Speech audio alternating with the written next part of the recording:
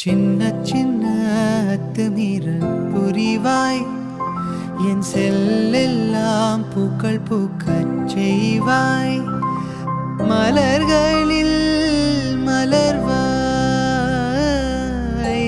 விரல் இடுக்கில் ஒலிவெண்ணை பூசி சேவையும் செய்ய வேண்டும்.